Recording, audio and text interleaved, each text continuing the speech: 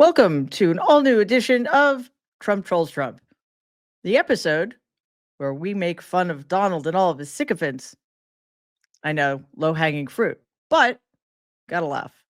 I want to start off this show with a bang that involves a condom bomb. What, say you? That's confusing. What does that even mean?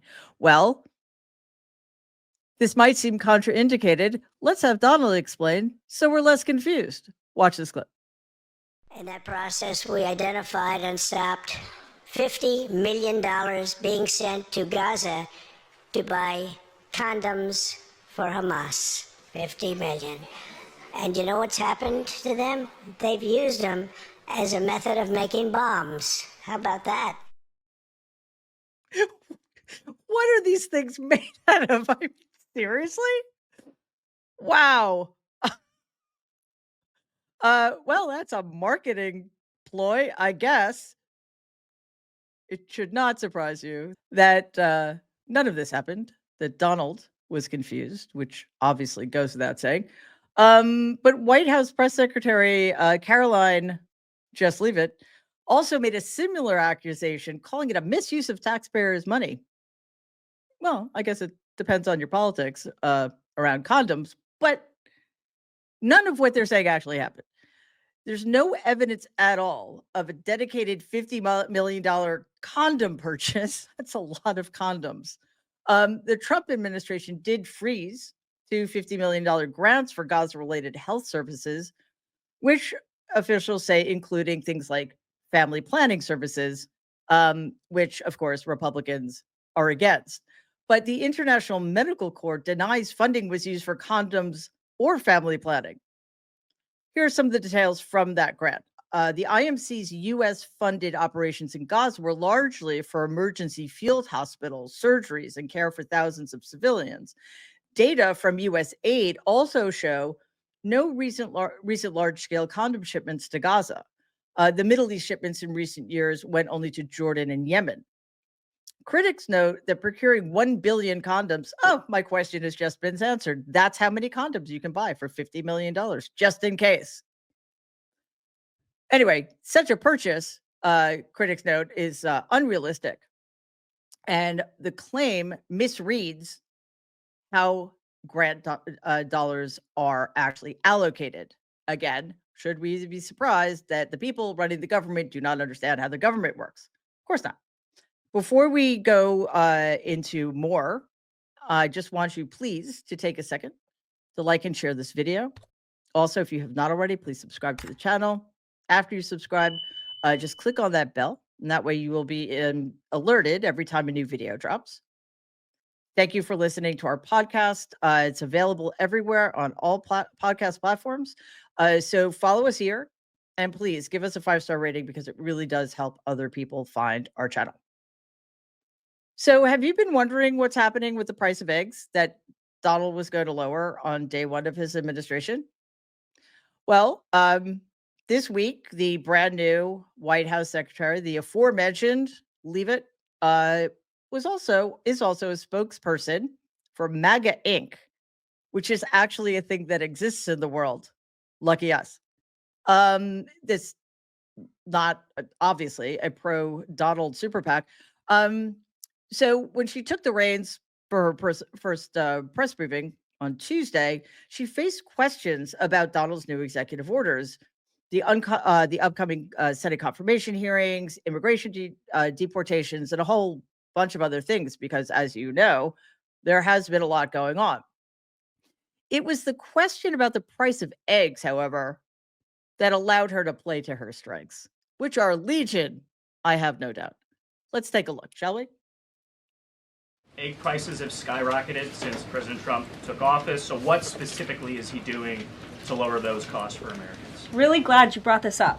because there is a lot of reporting out there that is putting the onus on this White House for the increased cost of eggs. I would like to point out to each and every one of you that in 2024, when Joe Biden was in the Oval Office, or upstairs in the residence sleeping, I'm not so sure, the Biden administration in the Department of Agriculture directed the mass killing of more than 100 million chickens, which has led to a lack of chicken supply in this country, therefore a lack of egg supply, which is leading to the shortage. Wow, you're smarmy. Show a little respect. Seriously?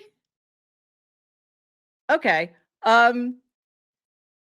President Biden just randomly ordered the slaughter of hundreds of millions of chickens for no reason whatsoever. Also, way to take responsibility for what's going on in your administration. The reason flocks are still being culled because bird flu is running rampant. That's why. It's to prevent the spread of bird flu to humans. I have amazing news. No, I don't. But it's funny. Donald actually has come out with a new coloring book. Oh, sorry, I read that wrong. Coffee table book. My apologies. He advertised it this week on his failing social media platform with this post, quote, "The golden age has arrived," unquote. Indeed. Yeah, I mean, if you're a fascist, I cannot disagree.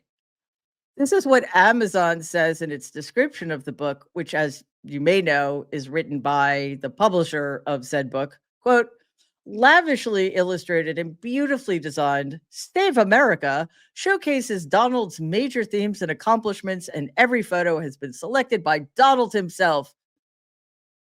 Good for you, little guy. Save America is the only book which highlights the past and offers a roadmap for the future, unquote. Yeah, but that doesn't mean it's a good place we're going, does it? It can be yours for the eminently reasonable price of $94.29. Why that $94.29? Does it come with Ginsu knives or something? That's very weird. I hadn't read this description. So yeah, so it outlines his accomplishments. So it seems a little odd to me that a book that's probably about 4 words long would cost that much money. Caveat emptor. Anyway, speaking of junk, have you been thinking about grooming your children into the QAnon world of delusional paranoia? That sounds like a really bad parenting tip. Don't do that. Anyway, if you were thinking that, you're in luck because Kash Patel, who seems like he'd be great with kids, his children's book is still for sale. There were reports this week that Patel offered hand-signed copies. Wow, does that lower the cost of the book? With the QAnon slogan, this is really a thing. WWG1WGA. Like, I bet they have a handshake to go along with this too. That stands for "Where we go one, we go all," a phrase closely associated with the conspiracy movement linked to acts of political violence, including the attack on the Capitol on January 6th. This is what Amazon's description of this book is. Quote, "A fantastical retelling of Hillary's horrible plot against Donald to the whole family, full of fake heralds and Keeper Comey's spying slugs. This is a story of daring and danger, but never fear.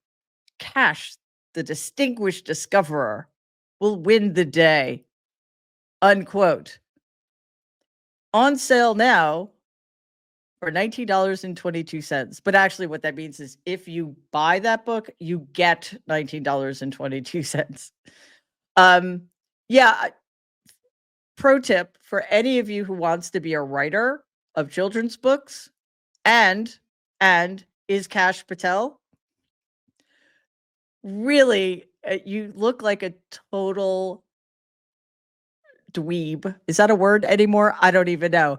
By making yourself the hero of the book. It's just embarrassing, man. You are embarrassing. So I guess that's fitting that she would do that.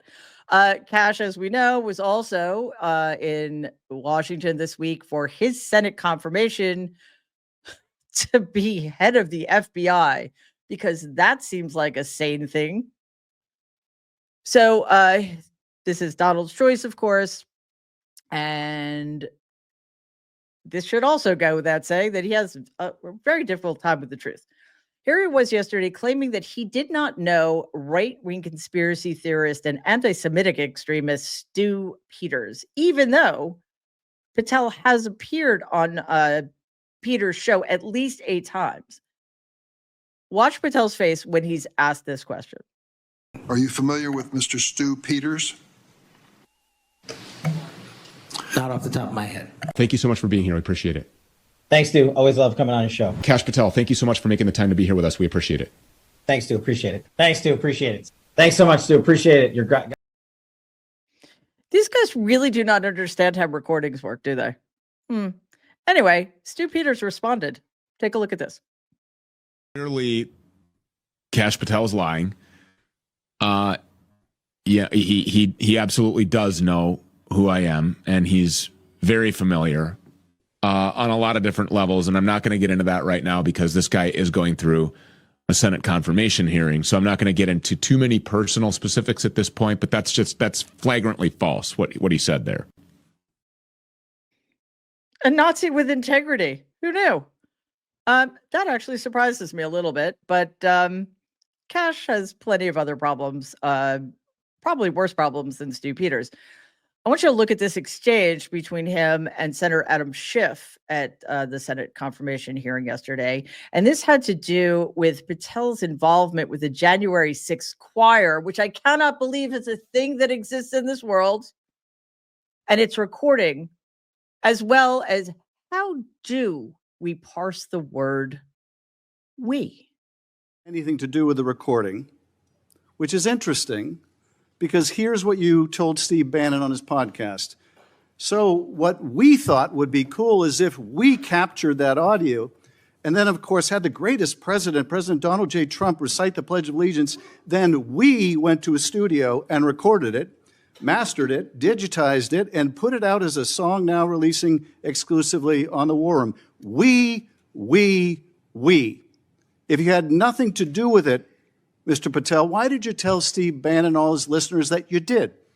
That's why it says we, as you highlighted. Yeah, and you're part of the we, right? When you say we, that includes you, doesn't it, Mr. Patel? Not in every instance. Well, that's new. So when you said we, you didn't really mean you.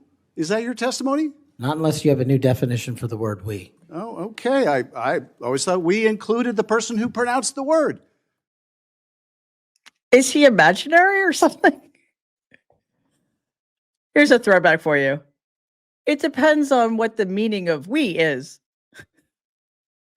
Anyway, there's cosplay news. I think I mispronounced that.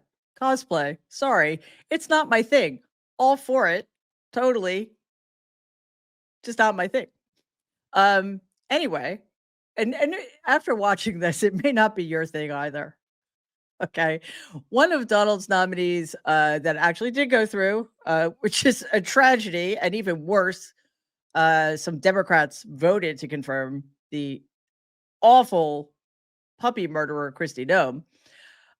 After she was confirmed as Secretary of Homeland Security, she immediately got out there and started, quote unquote, rounding up actual human beings who deserve much better. So this was all a show, right? They are going to give us those bread and circuses that so many of us seem to want. But who, with any self-respect, could go out to terrorize innocent people without dressing for the part? She made sure that her makeup was perfect and her hair looked amazing. If you're into that thing, which Josh Marshall at Talking Points memo refers to as Mar-a-Lago hot. But it wasn't her hair and makeup that were so troubling. Watch her here on Fox. Now, Kristi Noem, Secretary of Homeland Security. Secretary Noem, thanks for joining us. How soon will Gitmo be ready? You know, it won't take very long at all. We already have some dangerous criminals there that are illegal aliens. And so the facilities can be stood up quite quickly. They're soft-sided. Okay, you look like an idiot. I'm just, as somebody who cares. No, I don't, but you look like an idiot.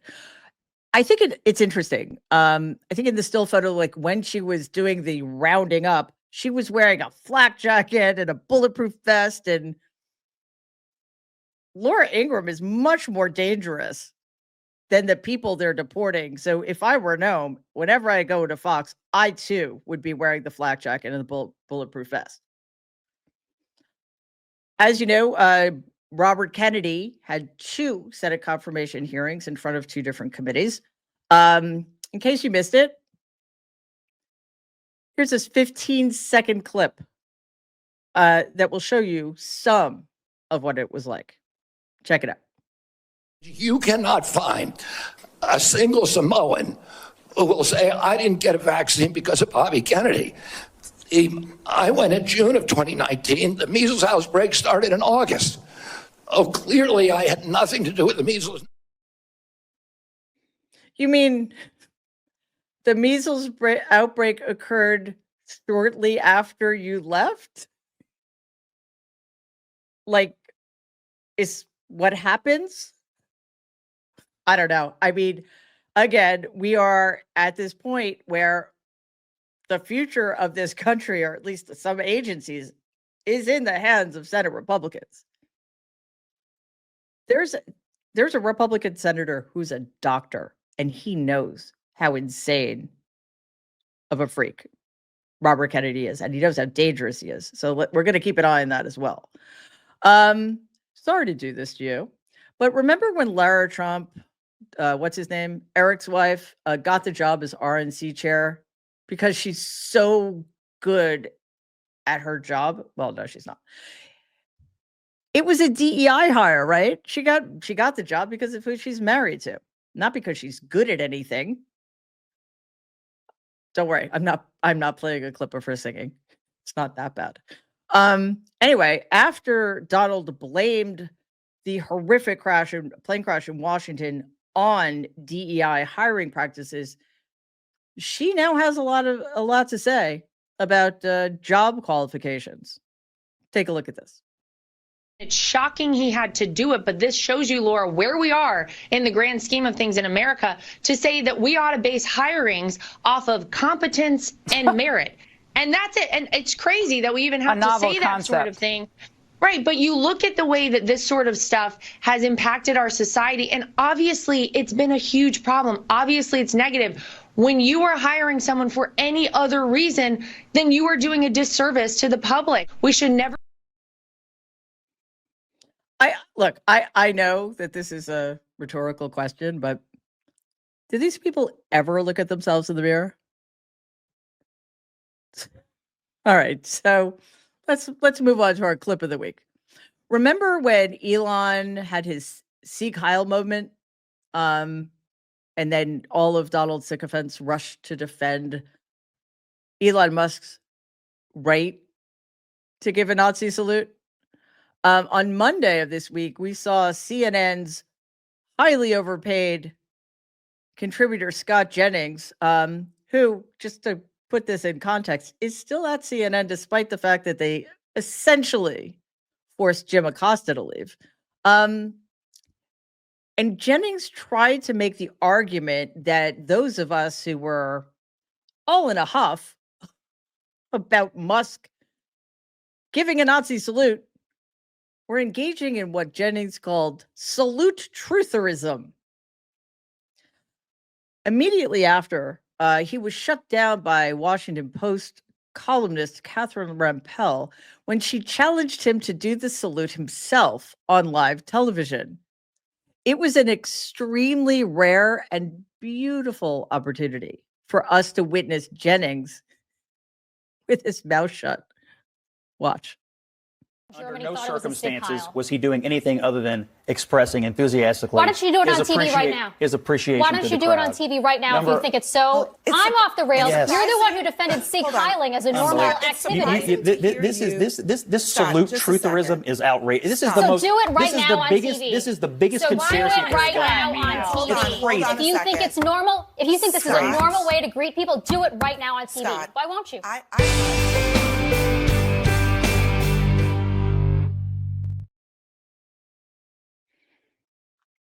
Seriously, that happened. IRL, as the kids say. Yeah. Great job, CNN. Great job. All right. Thanks for watching this week's episode of Trump Trolls Trump. I'm one of those Trumps. You will never guess who the other one is. Please leave a comment in the section below. Love to hear what you guys are thinking about all this. And do not forget to subscribe to the channel, and I will see you next time. Thanks. Please take a second and like and share this video. It'd be awesome if you could subscribe to the channel. If you're listening to us in podcast form, please follow us and give the show a 5-star rating because it really does help other people find our content. Thanks.